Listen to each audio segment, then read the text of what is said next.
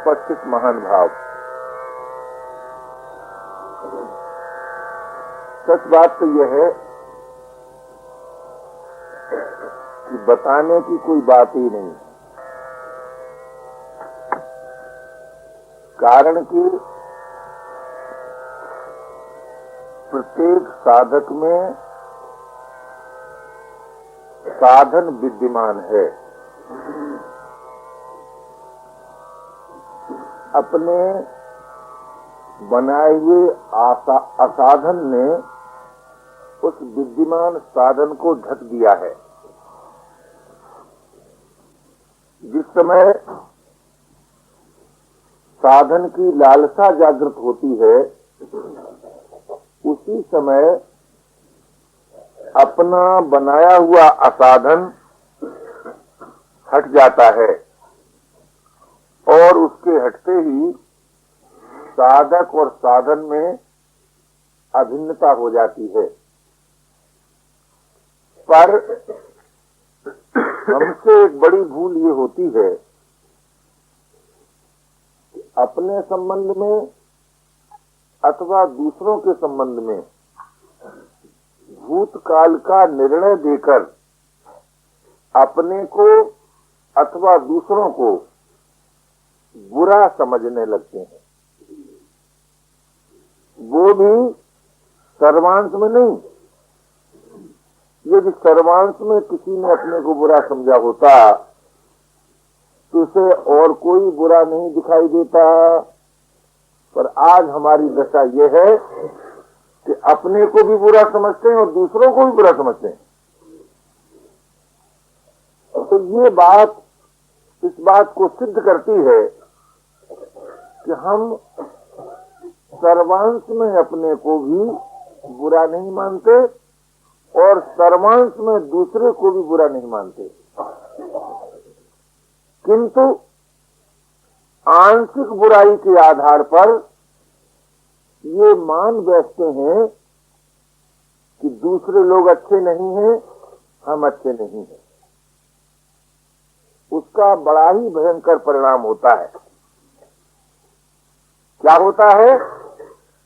ये होता है कि जब आप स्वयं ही अपने को अच्छा नहीं मानते अथवा दूसरे को अच्छा नहीं मानते, तो भला सोचो तो सही, आप अच्छे कैसे हो सकते हैं? आप कहेंगे हम अच्छे होंगे जब अच्छा काम करेंगे।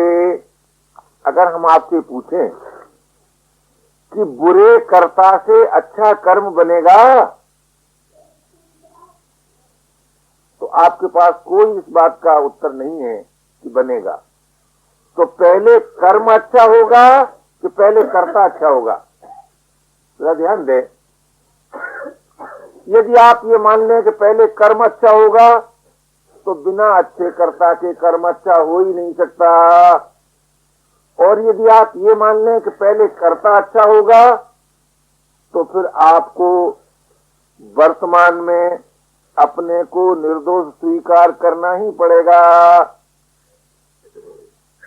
किंतु हम अपने को वर्तमान में निर्दोष स्वीकार करने के लिए राजी नहीं हैं। अगर आप राजी नहीं हैं, तो फिर जीवन में निर्दोषता की अभिव्यक्ति हो, ये संभव नहीं है।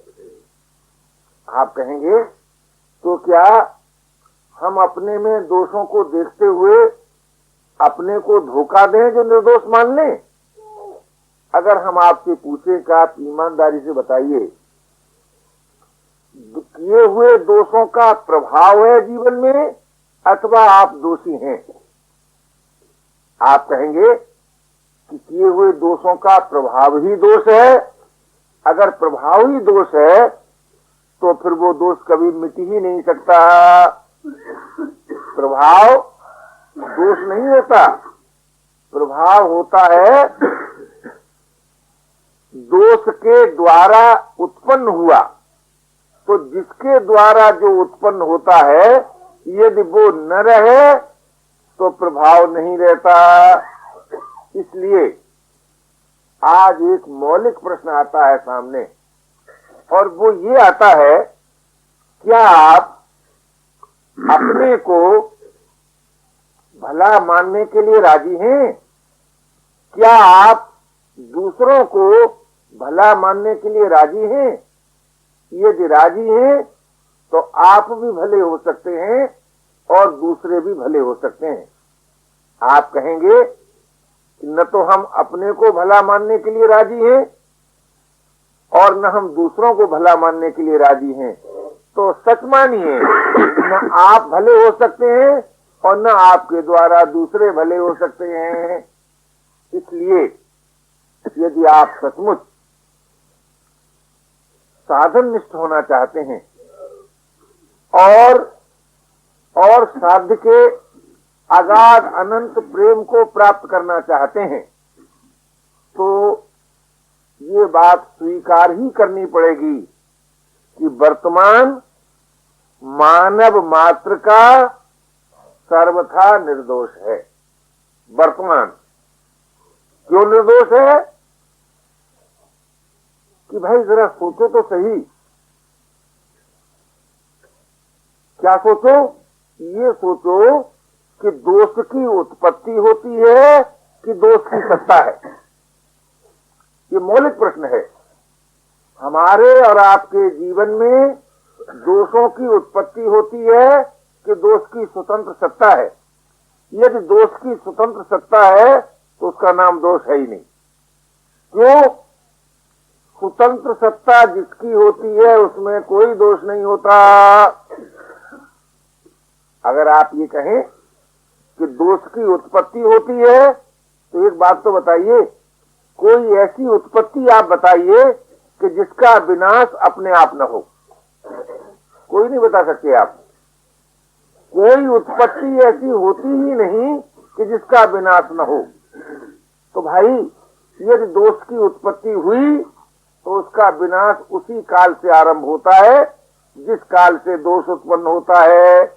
इसलिए भूतकाल के दोष के आधार पर हम और आप दोषी नहीं हो सकते। हाँ, एक बात अवश्य है कि दोष जनित सुख का जो प्रलोभन है, उस प्रलोभन की भूमि में पुनः दोष की उत्पत्ति होती है।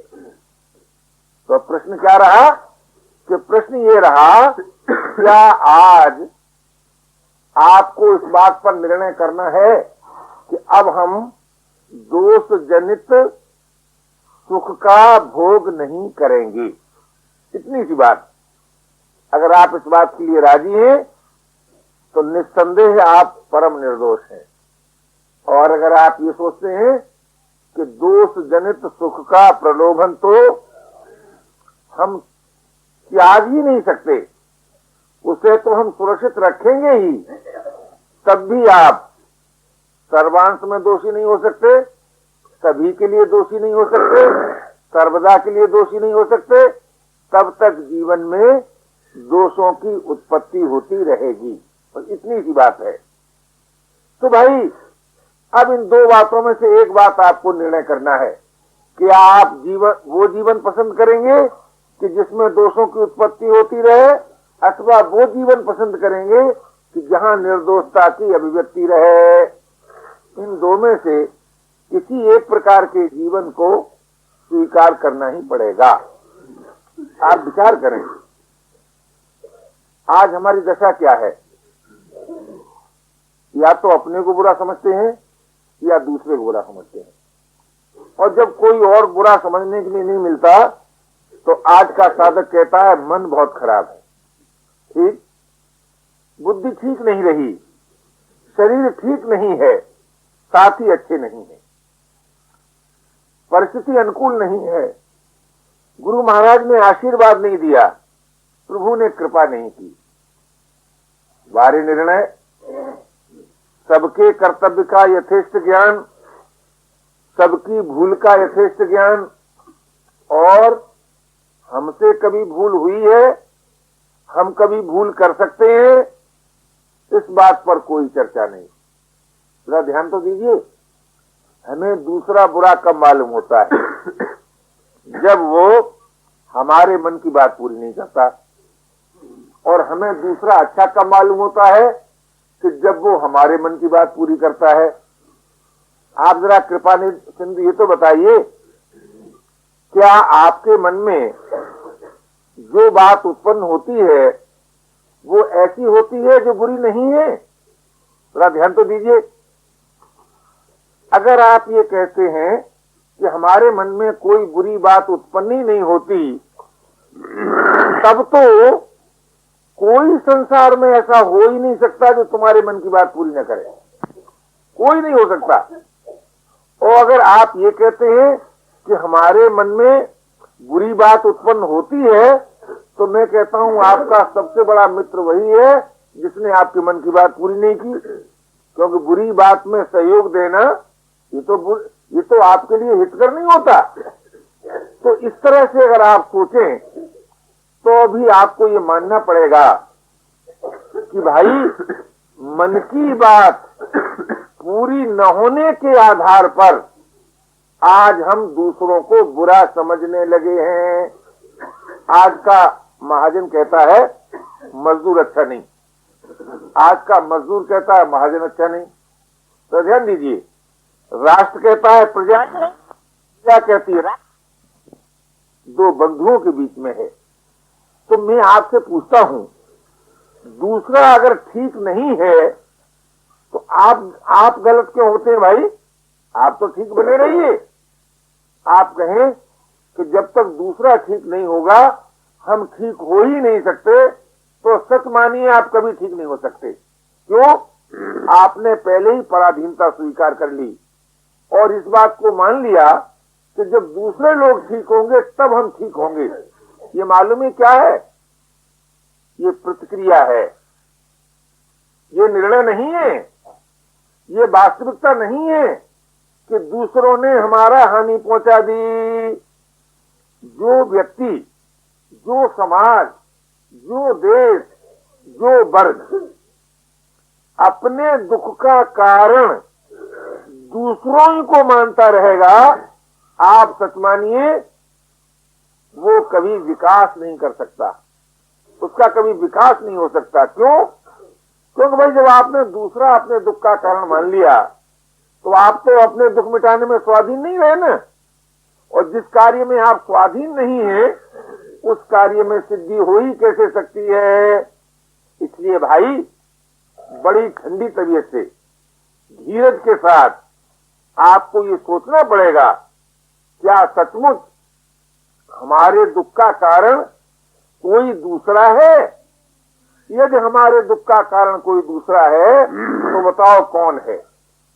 जब आप अपने अस्तित्व को स्वीकार करेंगे तब आपके सामने जगत आएगा, जगत। अथवा श्रद्धा रखते होंगे तो प्रभु आएंगे। इन्हीं बातों को न मानेंगे, अपने से भिन्न या तो जगत को मानेंगे अथवा अपने से भिन्न प्रभु को मानेंगे। जगत को मानेंगे इंद्रिय ज्ञान के आधार पर, प्रभु को मानेंगे श्रद्धा के आधार पर। किंतु विचार तो करो, जगत किसे कहते हैं? जो पर प्रकाश है, जो अपने को अपने आप प्रकाशित नहीं कर सकता। जगत किसे कहते हैं? जिसमें सतत परिवर्तन है। जगत किसे कहते हैं? जिसमें अदर्शन है। जरा ध्यान तो दीजिए, आप पर प्रकाश नहीं है, आप स्वयं अपने को आप प्रकाशित कर रहे हैं। तो जो पर प्रकाश नहीं है, स्वयं प्रकाश है, भला उसको दुख देने में पर प्रकाश समर्थ होगा? ध्यान दीजिए, विचार कीजिए। जो जगत अपने को अपने आप प्रकाशित नहीं कर सकता, जो जगत क्षण मात्र भी एक स्थिति में नहीं रह सकता, वो जगत उसको दुख देने में समर्थ होगा जिसमें कभी परिवर्तन हुआ ही नहीं। जो स्वयं प्रकाश है, तो स्वयं प्रकाश को पर प्रकाश दुख देने लग जाए, जरा ध्यान दीजिए, और स्वयं प्रकाश इस बात का निर्णय मान ले कि जगत ने हमको दुख दिया, जगत ने हमको दुख दिया, तो ये उसका मानना क्या उसकी ईमानदारी है या उसका ज्ञान है? न ज्ञान है न ईमानदारी है। तो फिर है क्या?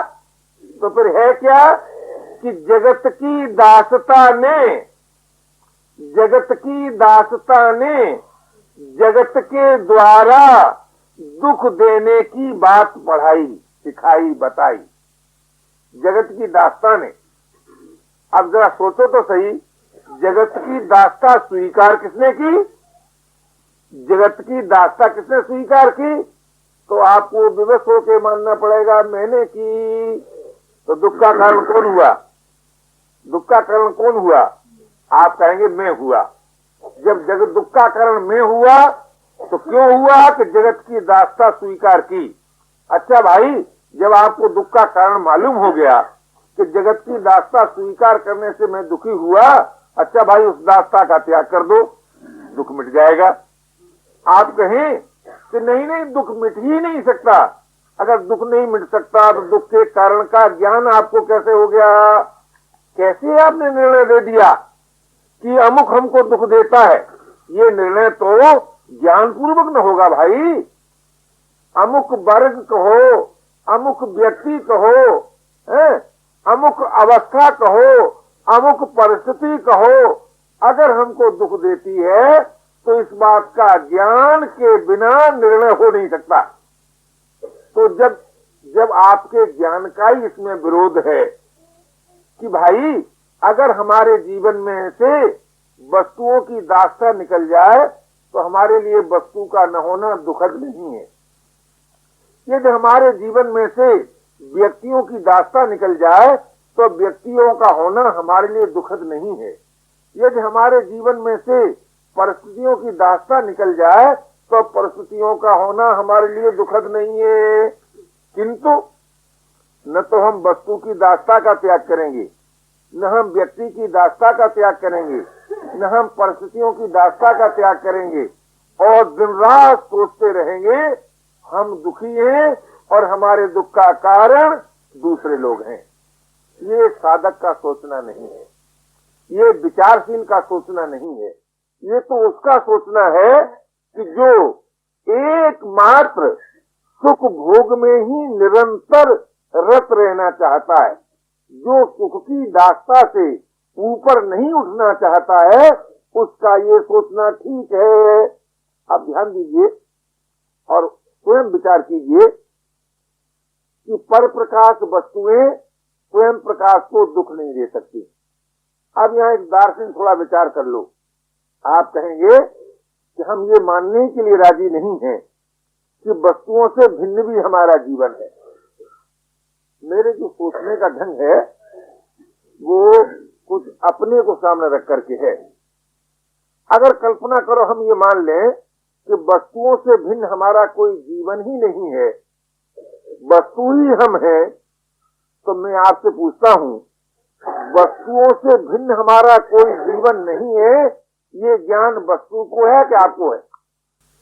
इस बात का जो ज्ञान हुआ आपको कि वस्तुओं से भिन्न हमारा जीवन नहीं है, तो ये ज्ञान वस्तु को है। अगर ये ज्ञान वस्तु को होता तो सच मानिए एटम बम ये कह देता कि मैं निर्दोष जापानियों के ऊपर नहीं गिरूंगा अथवा कमजोर जापानियों के ऊपर नहीं गिरूंगा, इनकार कर देता। लेकिन उस बेचारे ने कुछ नहीं कहा, कुछ नहीं कहा। और आप जानते हैं, अगर वस्तु में इस बात का ज्ञान होता तो जिस विज्ञान वेता ने एटम बम निकाला था उसकी बुद्धि उसको ये कहती कि अरे भाई देख, एटम बम तो मेरे द्वारा तूने निकाला है ना, मेरे द्वारा तूने निकाला है, और तू अपने को पैसों के बदले में बेचकर क्यों मेरा दुरुपयोग करता है? उसकी बुद्धि उसे रोक देती। लेकिन न उसकी बुद्धि ने रोका, न एटम बम ने रोका। क्यों नहीं रोका? कि भाई वस्तु जो होती है उसमें शक्ति तो होती है। तो ध्यान दीजिए, वस्तु में शक्ति तो होती है किंतु वस्तु में ज्ञान नहीं होता। साधारण लोग क्या समझते हैं कि शक्ति के उपयोग को ज्ञान मान लेते हैं, शक्ति के कार्य को ज्ञान मान लेते हैं, और जो शक्ति के कार्य को ज्ञान मान लेते हैं वे ही लोग वस्तुओं के दास बन जाते हैं। आज क्या कारण है? एक आदमी सोचता है कि मैं तो बहुत बड़ा आदमी हो गया। इसलिए बड़ा आदमी हो गया क्योंकि मैं मिल ओनर हूं और मेरे पास बहुत सी संपत्ति है, बहुत सा सामान है। अच्छा भाई, सामान होने से, संपत्ति होने से अगर तुम बड़े आदमी हो गए तो मैं आपसे पूछता हूं कि वो संपत्ति बड़ी आदमी हो गई कि तुम बड़े आदमी हो गए? तुम तो लोभी हो गए, लोभी। ध्यान दीजिए, संपत्ति होने से अगर तुम्हें बड़ापन मालूम होता है तो संपत्ति का बड़ापन व्यक्ति के जीवन में लोभ को जन्म देता है। व्यक्तियों का बड़ापन व्यक्ति के जीवन में मोह को जन्म देता है। परिस्थितियों का बड़ापन व्यक्ति के जीवन में परिच्छिन्नता का जन्म देता है।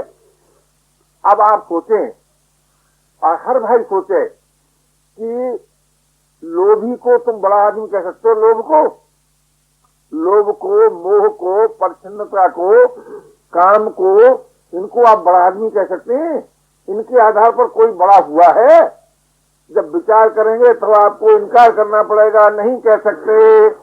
तो फिर आपका बड़ापन, आपकी महानता, आपकी विशेषता वस्तु पर निर्भर नहीं है।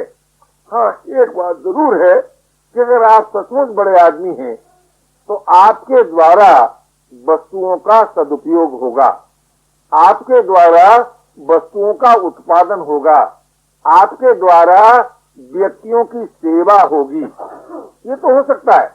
तो यदि आपके जीवन से व्यक्तियों की सेवा होती है, यदि आपके जीवन से वस्तुओं का उत्पादन और उनका सदुपयोग होता है, तो आप बड़े आदमी हुए, कोई वस्तु बड़ी आदमी नहीं हुई। उसी प्रकार यदि आप अपने शरीर का उपयोग कर सकते हैं तो आप बड़े आदमी, अपने प्राणों का उपयोग कर सकते हैं तो आप बड़े आदमी, अपनी इंद्रियों का, बुद्धि का, मन का उपयोग कर सकते हैं तो आप बड़े आदमी। लेकिन शरीर बड़ा आदमी हो जाए, इंद्रियां बड़ी आदमी हो जाएं, प्राण बड़ा आदमी हो जाए, मन और बुद्धि बड़े आदमी हो जाएं, ये बात सही सिद्ध नहीं होती। इसलिए भाई, जड़ जगत, पर प्रकाश जगत, परिवर्तनशील जगत आपको दुख नहीं दे सकता।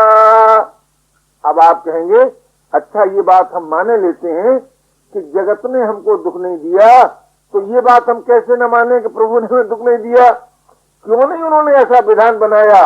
क्यों नहीं उन्होंने ऐसा विधान बनाया कि किसी की मृत्यु नहीं होती, कोई बुढ़ा नहीं होता?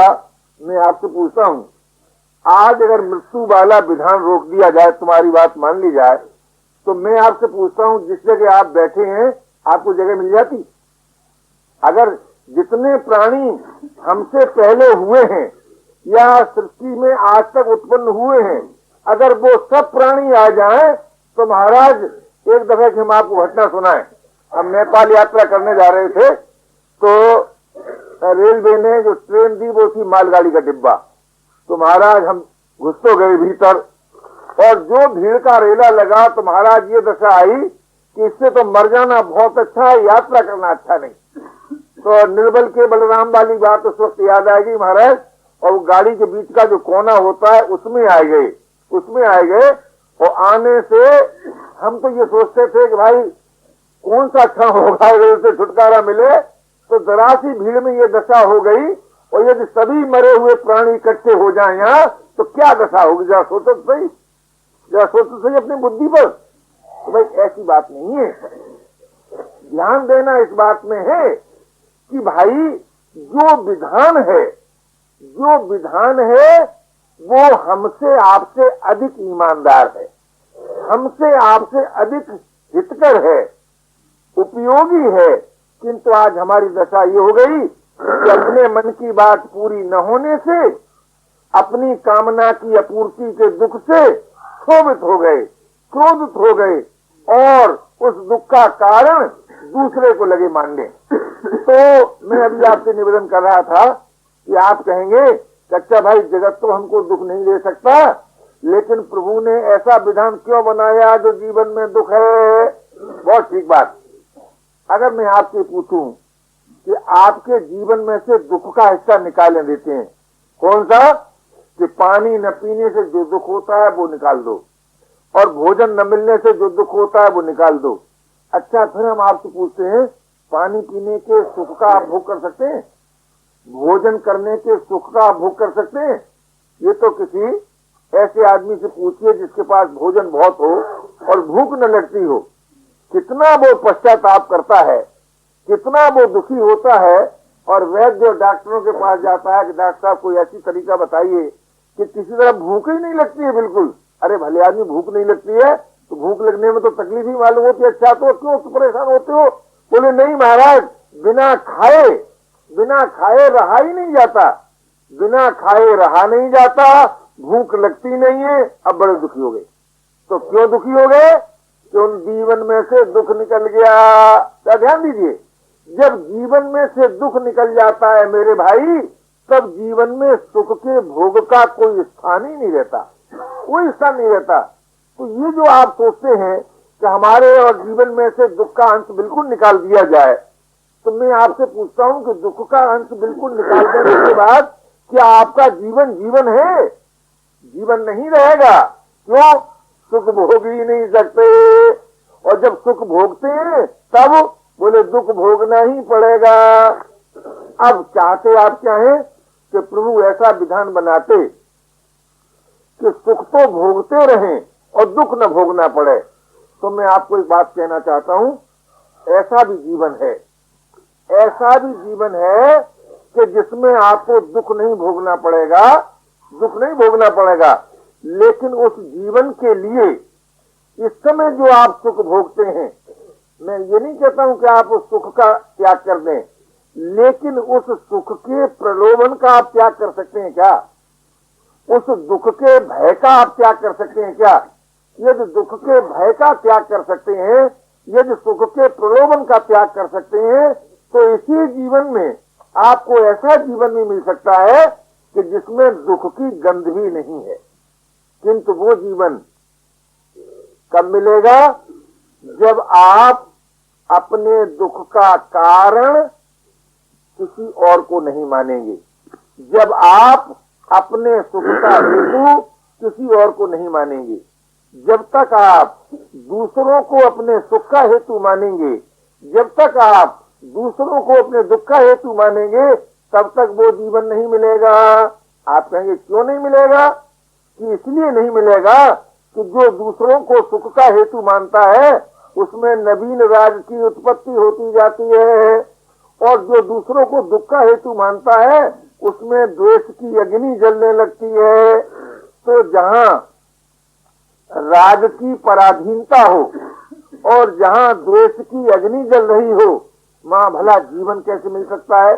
जरा ध्यान दीजिए, वहाँ वो जीवन कैसे मिल सकता है कि जिसमें दुख की गंध नहीं है। तो भाई, अगर आप कहें हम अपने सुख का कारण किसी और को क्यों न माने, तो वो इसलिए न माने कि कोई और आपके सुख का कारण है नहीं। आप कहेंगे ये बात तो हमारी समझ में नहीं आती। पर क्यों नहीं समझ में आती है? कि जब भूख लगती है और कोई प्यार पूर्वक भोजन देता है तो हमको जरूर सुख मालूम होता है। बहुत ठीक। तो सुख आपको मालूम होने में तीन बातें हुई। एक तो भोजन के देने वाला, भोजन और भूख का लगना, और भोजन की शक्ति, भोजन करने की शक्ति। अब ये जो चीजें आपको मिली सुख के कारण दिखाई दी, तो हम आपसे पूछते हैं कि भोजन की शक्ति का ह्रास होता है कि नहीं? भोजन वस्तु का विनाश होता है कि नहीं? और जो तुम्हें दूसरा भोजन देता है उसमें देने का अभिमान होता है कि नहीं? आप कहेंगे तो सब होता है।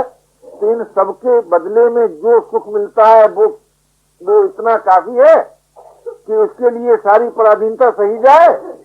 अगर आपको काफी मालूम होता है तो हम और आप सुख की दास्ता से मुक्त नहीं हो सकते। और अगर आपको ये मालूम होता है कि भाई क्षणिक सुख के लिए बहुत सी पराधीनता सहनी पड़ती है, तो फिर क्या करें? क्या भोजन करना बंद कर दें? ये मतलब नहीं है। तब ये करें कि भोजन से अपना मूल्य बढ़ाएं। मूल्य बढ़ाने का अर्थ क्या है? कि यदि भोजन नहीं मिला है तो भोजन का चिंतन न करें। आप कहें भोजन का चिंतन करते हैं क्या? भूख लगने पर तो भोजन का चिंतन होता है भाई, ऐसी बात नहीं है, ऐसी बात नहीं है। जिस दिन आप फास्टिंग करना चाहते हैं, उपवास करना चाहते हैं, उस दिन तो आपको भोजन का चिंतन नहीं होता। लेकिन क्या उस दिन भूख नहीं लगती? उस दिन भूख लगती है और भोजन का चिंतन नहीं होता। क्यों? आपका निर्णय ये हो जाता है कि हमको भोजन नहीं करना है। तो जब आपका ये निर्णय हो जाएगा कि भोजन से हमारा मूल्य अधिक है, भोजन का मूल्य हमसे कम है, क्यों? क्यों? भोग्य वस्तु का विनाश होगा, भोगने की शक्ति का ह्रास होगा, इसलिए भूख से भी हमारा मूल्य अधिक है और भोजन से भी हमारा मूल्य अधिक है। की बात सुनाया आपको, मैं गंगा किनारे अकेला रहता था, एक संत से बात होने लगी। मैंने कहा कि आपको सायंकाल की भूख नहीं लगती है? तो उन्होंने कहा भूख तो लगती है। मैंने पूछा क्या खाते हो? तो हंसकर कहा भूख को खाते हैं, भूख को खाते हैं। अब आप लगती है? तो उन्होंने कहा भूख तो लगती है। तो मैंने पूछा क्या खाते हो? तो हंसकर कहा भूख को खाते हैं, भूख को खाते हैं। अब आप लोगों को तो आश्चर्य होगा कि भूख भी खाई जाती है, लेकिन हाँ भाई एक ऐसी स्टेज आ जाती है जीवन की जिसमें भूख खाई जाती है। तो भूख से भी यदि हम अपना मूल्य बढ़ा लें तो भोजन से भी अपना मूल्य बढ़ा सकते हैं। अगर आपने भूख से अपना मूल्य नहीं बढ़ाया, बोले भूख से अपना मूल्य बढ़ाना क्या कि भूख लगने पर जब आप इतने अधीर हो जाते हैं, इतने व्याकुल हो जाते हैं कि हाय हाय रे भोजन नहीं मिलेगा तो तब जीवन ही नहीं रहेगा। तो भाई जीवन तो भोजन के मिलते हुए भी नहीं रहेगा। आपने सच मानिए, अगर हम भूखे मर जाएंगे तो आप खाते खाते भी मर जाएंगे, अमर नहीं हो जाएंगे। भोजन आज तक किसी को अमर कर नहीं सका, कर सकेगा नहीं। तो कहने का मेरा तात्पर्य है कि भूख से भी अपना मूल्य बढ़ाओ और भोजन से भी अपना मूल्य बढ़ाओ। तात्पर्य क्या निकला कि दुख से भी अपना मूल्य बढ़ाओ और सुख से भी अपना मूल्य बढ़ाओ। जब आप दुख और सुख दोनों से अपना मूल्य बढ़ाएंगे तब क्या होगा कि आप फिर अपने दुख का कारण किसी और को नहीं मानेंगे, अपने सुख का कारण किसी और को नहीं मानेंगे। जब आप अपने सुख दुख का कारण किसी और को नहीं मानेंगे तो न तो नवीन राज की उत्पत्ति होगी और न द्वेष की अग्नि जलेगी। जहां राज की उत्पत्ति नहीं होती, जरा ध्यान दीजिए, जब जीवन में राज की उत्पत्ति नहीं होती तब मालूम है क्या होता है? तब सहज योग की प्राप्ति होती है। राग रहित होते ही सहज योग की प्राप्ति। किसको? मानव मात्र को। ये मत सोचिए कि जो ईश्वर को मानता है उसी को योग की प्राप्ति होती है, अथवा जो आत्मा को मानता है उसी की योग की प्राप्ति होती है, अथवा जो जगत को मानता है उसी की योग की प्राप्ति होती है। ऐसी बात नहीं। चाहे आप जगत को माने, चाहे आप आत्मा को माने, चाहे आप ईश्वर को माने, ये आपकी अपनी मर्जी की बात है। जगत के मानने से, आत्मा और ईश्वर के मानने से वास्तविकता में कोई अंतर पड़ता हो, ऐसी बात नहीं है। वास्तविकता क्या कि जब आप राग रहित होंगे तब आपको सहज योग की प्राप्ति होगी। कोई कोई साधक ऐसा कहते हैं कि जब हम शांत होना चाहते हैं या शांत जब हम बैठते हैं तब हमारे चित्त में ऐसे ऐसे स्मरण होते हैं, ऐसे ऐसे स्मरण होते हैं कि जो हमको अच्छे नहीं लगते। बात ठीक, बिल्कुल ठीक बात है। ऐसे स्मरण हो सकते हैं। तो क्यों होते हैं कि वो जो स्मरण होते हैं ऐसे ऐसे जो अच्छे आपको नहीं लगते हैं, उसके दो कारण हैं। एक तो आप ये पहले ही से सोच लेते हैं कि हम ये चाहते हैं कि अब चित्त में कोई स्मरण न हो, ये चाहते हैं। तो जब कोई भी चाह पैदा हो जाती है तब स्मरण रहित दशा हो ही नहीं सकती। ये बड़ी एक पहेली है। जो आदमी ये सोचता है कि मैं निर्विकल्प समाधि का सुख लेना चाहता हूं, कम से कम जब तक ही वो चाहता है तब तक तो नहीं होगी, ये निश्चित बात है। तो होगी कैसे? बड़ी आश्चर्य की बात है कि चाहने पर निर्विकल्प समाधि नहीं होगी तो क्या न चाहने से होगी? कि भाई देखो, न चाहना जो है, न चाहना जो है वो प्राप्त नहीं किया जाता, वो अपने आप प्राप्त होता है। कब प्राप्त होता है कि जब आप अपनी वर्तमान की निर्दोषता में अविचल श्रद्धा करते हैं। अविचल श्रद्धा कैसी कि भाई जब आप ये सोच लेते हैं कि भूतकाल हमारा चाहे जैसा रहा हो और भूतकाल चाहे जिसका चाहे जैसा रहा हो, किंतु वर्तमान तो हम सबका परम निर्दोष है, परम निर्दोष है। क्यों निर्दोष है कि भाई हमने आज ये मान लिया है, क्या मान लिया है कि हम अपने सुख का, अपने दुख का कारण किसी दूसरे को नहीं मानेंगे। जब हम अपने सुख का कारण किसी दूसरे को नहीं मानेंगे, तब वस्तु और व्यक्ति से जो हमारा संबंध है, वस्तु और व्यक्ति की जो हमारे में आस्था है, आस्था, ठहराव, तो वो ठहराव मिट जाएगा और वो संबंध टूट जाएगा। आप कहेंगे बाबा जी आपने तो ऐसी बात बता दी कि जिस प्राण प्यारी के बिना हम रह नहीं सकते, तुम कहते हो संबंध तोड़ दो। जिस प्राण पति के बिना हम रह नहीं सकते, संबंध तोड़ दो। अजी हम नहीं कहते हैं, तुम रोज तोड़ते हो लेकिन बार बार जोड़ते हो। बोले कैसे? हम आपसे पूछते हैं, जिसे तुम अपनी प्राण प्यारी कहते हो, गहरी नींद में क्यों भूल जाते हो भैया? बताओ तो सही। गहरी नींद में तुम्हारी प्राण प्यारी कहाँ रहती है? गहरी नींद में तुम्हारा मिल कहाँ रहता है? गहरी नींद में तुम्हारा पद कहाँ रहता है? गहरी नींद में ईमानदारी और बेईमानी से जोड़ा हुआ धन कहाँ रहता है? बताओ। है आपके साथ? है आपके साथ? आपको मानना पड़ेगा नहीं। अगर हम पूछें कि गहरी नींद में भैया तुमको क्या दुख था, कहेंगे कोई दुख नहीं था, एक ही दुख था कि जड़ता थी, उसमें जड़ता थी। हम कहें भैया एक ऐसी नींद भी है कि जिसमें गहरी नींद के समान दुख नहीं है किंतु जड़ता नहीं है। तो बोले वो नींद तो हमको बहुत पसंद आएगी। तो वो नींद किसको मिलती है? वो नींद किसको मिलती है?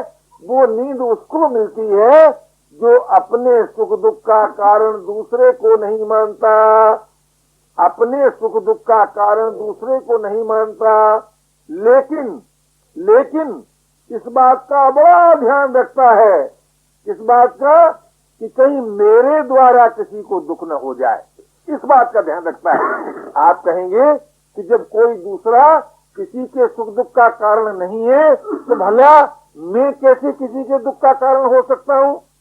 भाई ये बात तुम ठीक कहते हो, तुम हो नहीं सकते, लेकिन तुम होने की कोशिश करते हो। तुम होने की कोशिश करते हो, दूसरे को दुख देने की कोशिश करते हो। क्या इससे बढ़कर आप किसी को क्या दुख देंगे जब आप दूसरे को बुरा समझ लेते हैं? जरा ध्यान दीजिए, जरा ध्यान दीजिए। इससे बढ़कर आप और किसी को दुख देने का प्रयास ही क्या करेंगे? क्या?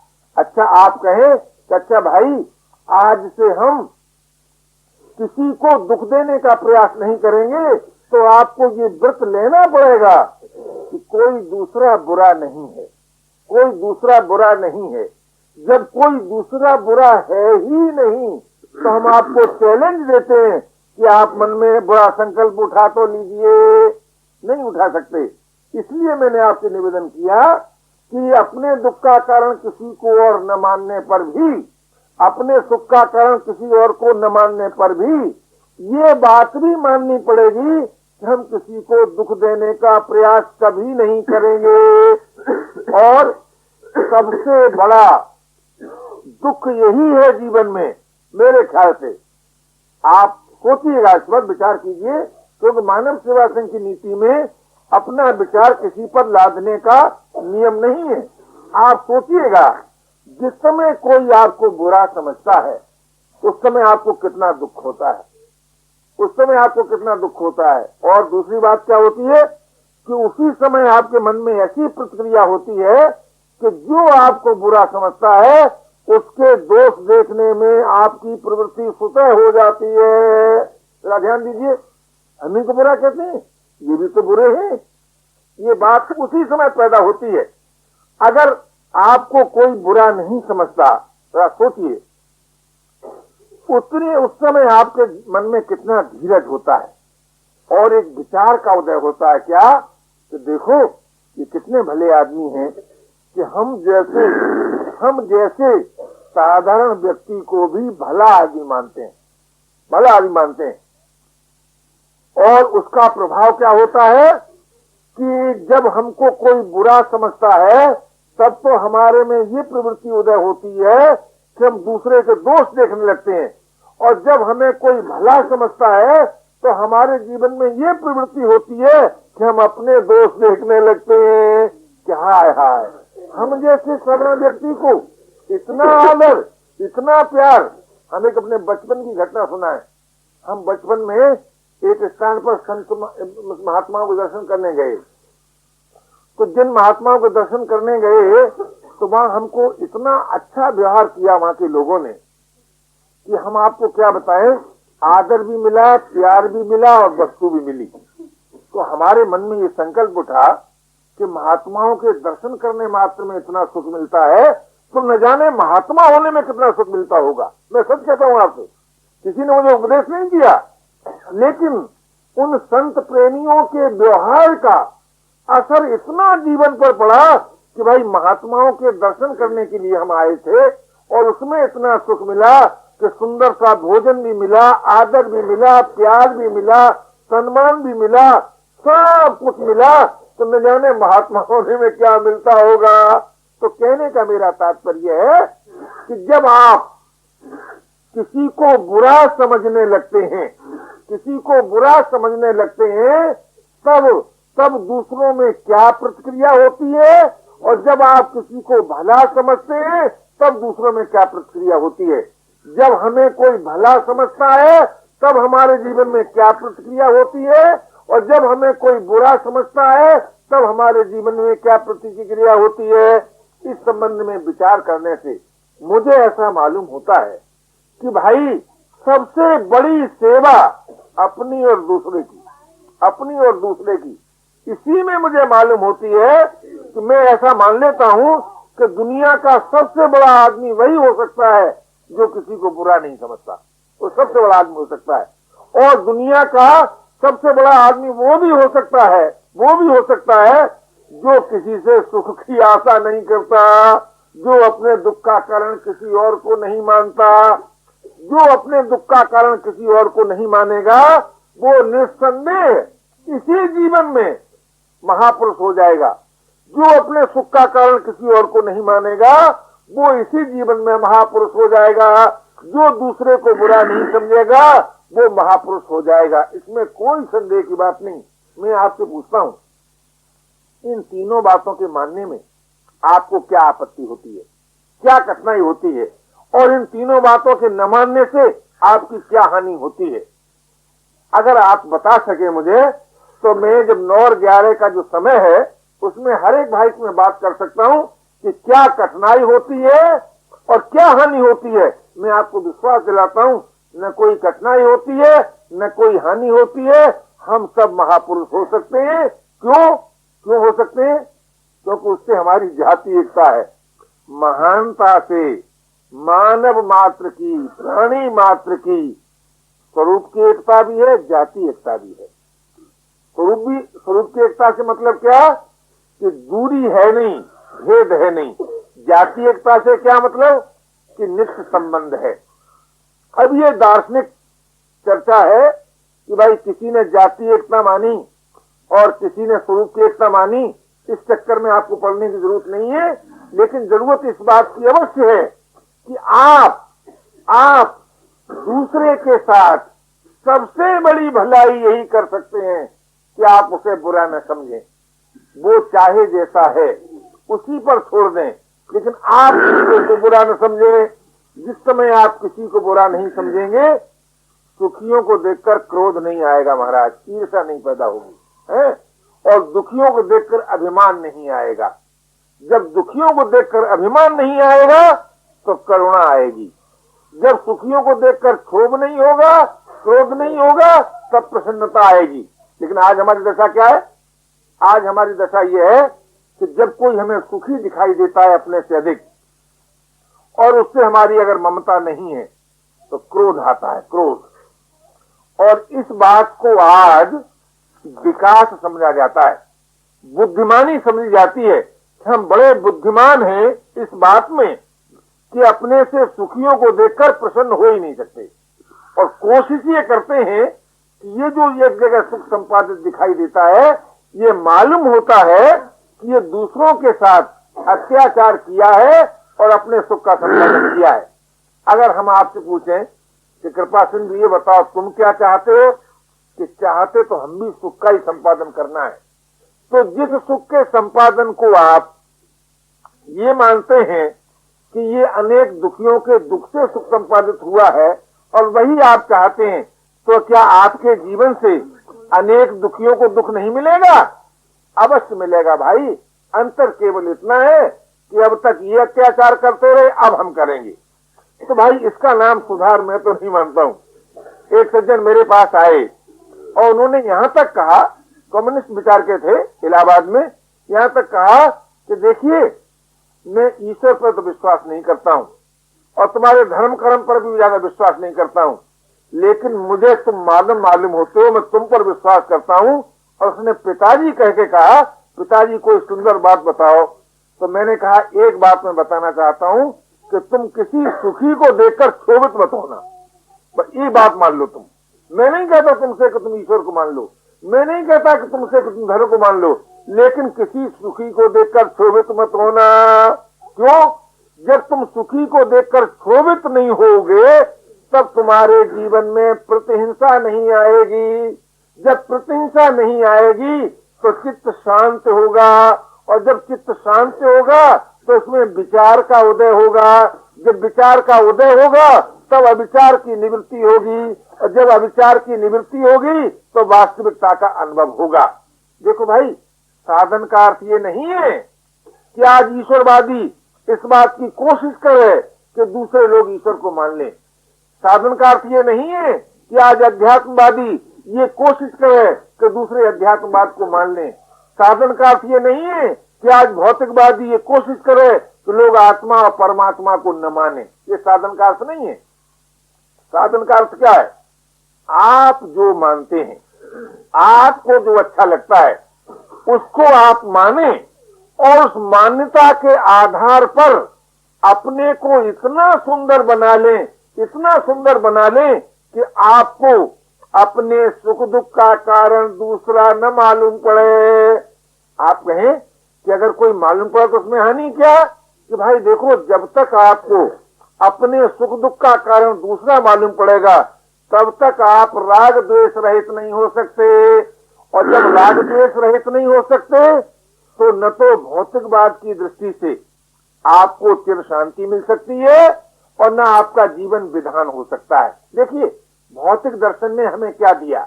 हमें बड़ी सुंदर ये चीज दी कि भौतिक दर्शन पर विश्वास करने से हर भाई चिर शांति को पा सकता है। भाई बहन का जीवन समाज के लिए विधान बन सकता है। आप कहें कैसे? कि भौतिक दर्शन का तात्पर्य क्या है? भौतिक दर्शन का तात्पर्य है कि समस्त सृष्टि एक है। ये भौतिक दर्शन। जहां समस्त सृष्टि एक है तो कोई गैर होगा, आपको मानना पड़ेगा नहीं। कोई और होगा, आपको मानना पड़ेगा नहीं। जब गैरियत नहीं रहती जीवन में, जब गैरियत नहीं रहती तब क्या रहता है? प्रीति का उदय होता है। और जब कोई और नहीं रहता तब क्या होता है? बोले निर्भयता का उदय होता है। कोई और ही न हमको भय देता है। आज तो भौतिक दर्शन से हम बहुत दूर हैं। अगर भौतिक दर्शन से दूर न होते तो अमेरिका को रूस का भय क्यों लगता, और रूस को अमेरिका का भय क्यों लगता, और पाकिस्तान को हिंदुस्तान का भय क्यों लगता, और हिंदुस्तान का पाकिस्तान को भय क्यों लगता? आप सोचिए, सृष्टि एक है। जब सृष्टि एक है तो कोई और है ही नहीं। अब भाई जब कोई और नहीं है तो भय कैसा? जब कोई गैर नहीं है तो प्रीत क्यों नहीं? क्यों नहीं आज रूस और अमेरिका के बीच में मित्रता होती? क्यों नहीं आज पाकिस्तान और हिंदुस्तान के बीच में मित्रता होती? क्यों नहीं आज एक प्रांत दूसरे प्रांत से मित्रता नहीं क्यों नहीं करता? क्यों नहीं आज एक वर्ग दूसरे वर्ग से प्रेम क्यों नहीं करता? इसलिए नहीं करता कि वो भौतिक दर्शन पर भी आस्था नहीं रखता। तो भौतिक दर्शन की साधना का अर्थ क्या? आज से हम समस्त विश्व को एक मानेंगे और समस्त विश्व को एक मानकर, समस्त विश्व को एक मानकर सब किसी का बुरा नहीं चाहेंगे, किसी का बुरा नहीं चाहेंगे, किसी के साथ बुराई नहीं करेंगे। यही ना भौतिक दर्शन की साधना है। आप विचार कीजिए, हम किसी के साथ बुराई न करें, हम किसी का बुरा न चाहें, हम किसी को बुरा न समझें, ये क्या भौतिक दर्शन की साधना नहीं है? आपको मानना पड़ेगा है। आप कहेंगे कि जो हमारे साथ बुराई करते हैं क्या हम उनका भी बुरा नहीं चाहेंगे? मैं आपसे पूछता हूं, आपके ही दांत से आपकी जीभ कट जाती है महाराज, आपके ही दांत से आपकी जीभ कट जाती है, तो आप क्यों नहीं जीभ को हुक्म देते कि हाथ आओ, पत्थर लाओ, दांतों को तोड़ो, तोड़ो तोड़ो दांत? आप कहेंगे भला हम कैसे एक मान सकते हैं? बाल तो हमारे उनके रंग में भेद, हमारे उनके कर्म में भेद, हमारे उनकी बोलचाल में भेद। हम कहेंगे किसी के सिर के बाल हों काले और दांत हों सफेद, रंग में भेद है, हटाओ, सिर को अलग काटो, दांत को अलग तोड़ो। कोई कहे नहीं, हमारे उनके कर्म में भेद, हाथ का और कर्म है, पैर का और कर्म है, काट के फेंक दो, आंख का और कर्म है, पैर का और कर्म है, निकाल के फेंक दो। सोचो भाई, सोचो भाई, जहाँ आत्मीयता होती है, जहाँ एकता का भाव होता है, माँ कर्म का भेद में कोई भेद नहीं मालूम होता, माँ रंग और रूप के भेद में कोई भेद नहीं मालूम होता, माँ मान्यता के भेद में कोई भेद नहीं मालूम होता। तो भौतिक दर्शन ने हमें ये नहीं बताया, हमें ये नहीं बताया कि कोई बुरा है, कोई बुरा है, अपितु ये बताया कि हम और वो एक हैं। एकता का पाठ पढ़ाया, भिन्नता का पाठ नहीं पढ़ाया, भेद का पाठ नहीं पढ़ाया। जब हम और आप एक हैं तो क्या हम आपके प्यार के अधिकारी नहीं हैं? क्या आप हमारे प्यार के अधिकारी नहीं हैं? क्या हम आपको बुरा समझेंगे? अगर हम आपको बुरा समझेंगे तो अपने को भी तो बुरा समझेंगे। कहने का मेरा तात्पर्य है कि भौतिक दर्शन की साधना क्या है? निर्भयता और प्रीति। और जहां निर्भयता होती है वहां प्राप्त सामर्थ्य का सदुपयोग होने लगता है, और जहां प्रीत होती है वहां भेद मिटने लगता है। तो प्रीत और निर्भयता को संपादन करना ये भौतिक दर्शन की बात है। हाँ, ये दूसरी बात है कि निर्भयता का अर्थ हम ये लेंगे, निर्भयता का अर्थ ये हम लेंगे कि भाई हम किसी को भय नहीं दे सकते। जो किसी को भय नहीं देता वही निर्भय रह सकता है, और जो किसी को भी भय देता है वो भयभीत हो जाता है। आज आप जानते हैं, आज की लड़ाइयां छिपकर होती हैं, अपने को बचा करके होती। क्यों? भयभीत हैं। भयभीत होने से बल का सदुपयोग नहीं कर सकते। हमसे एक मिलिट्री वाले से बात हुई तो हमने कहा कि एक बात बताओ कि जितना लड़ाई का सामान खर्च होता है, हो जाता है, क्या सचमुच उतने लड़ाई के सामान खर्च करने की जरूरत है? बोले नहीं स्वामी जी। अब हमारे यहाँ मिलिट्री में कानून बन गया है कि योग्य सिपाही वो माना जाता है जो कम सामान खर्च कर सके और लड़ सके। तो धीरे धीरे तो आप जानते हैं मनुष्य सत्य की ओर ही चलता है।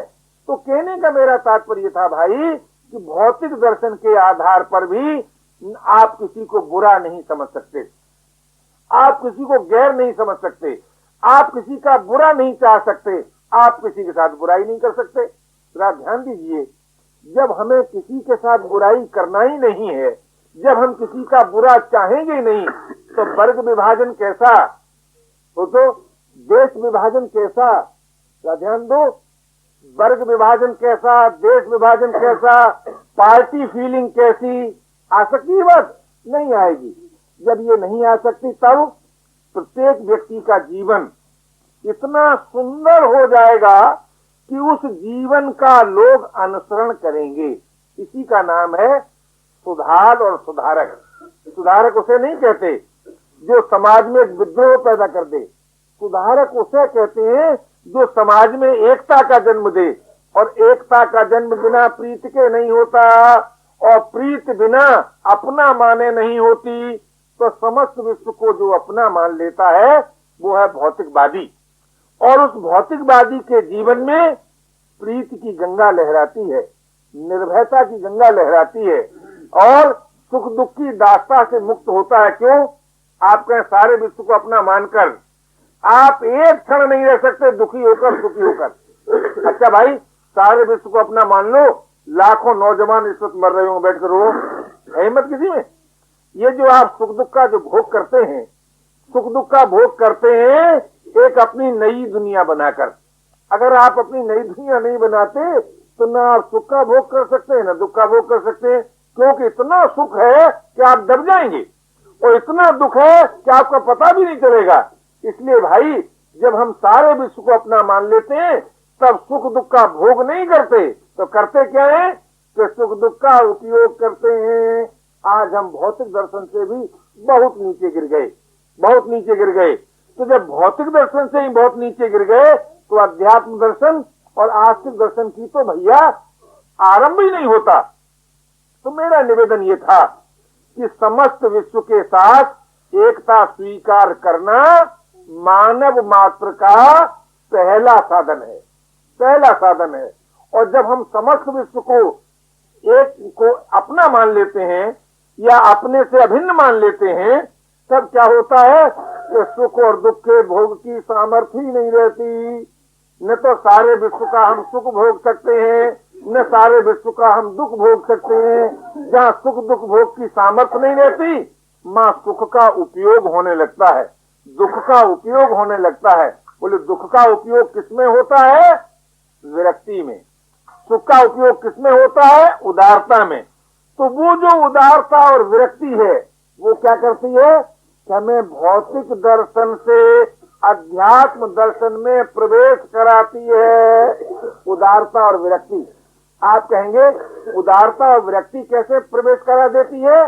कि उदारता जो है उसमें सुख भोग की रुचि का नाश हो जाता है, और विरक्ति जो है बोले उसमें उससे दुख का भय नाश हो जाता है। तो जहां दुख का भय नाश हुआ और जहां सुख भोग की रुचि का नाश हुआ, वहां अपने आप सुख दुख से अतीत के जीवन की प्राप्ति होती है। तो सुख दुख के उपयोग का नाम भौतिकवाद और सुख दुख से अतीत के जीवन का नाम अध्यात्मवाद।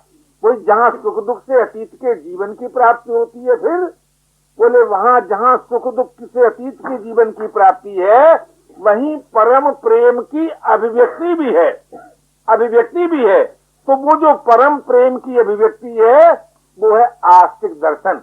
कहने का मेरा तात्पर्य था कि ये आपका मानव जीवन इतना सुंदर जीवन है, इतना सुंदर जीवन है कि भौतिक दर्शन की दृष्टि से भी, आध्यात्मिक दर्शन की दृष्टि से भी, आस्तिक दर्शन की दृष्टि से भी आप इतने सुंदर हो सकते हैं, इतने सुंदर हो सकते हैं कि आपकी आवश्यकता सभी को है और आपकी अपनी कोई आवश्यकता नहीं।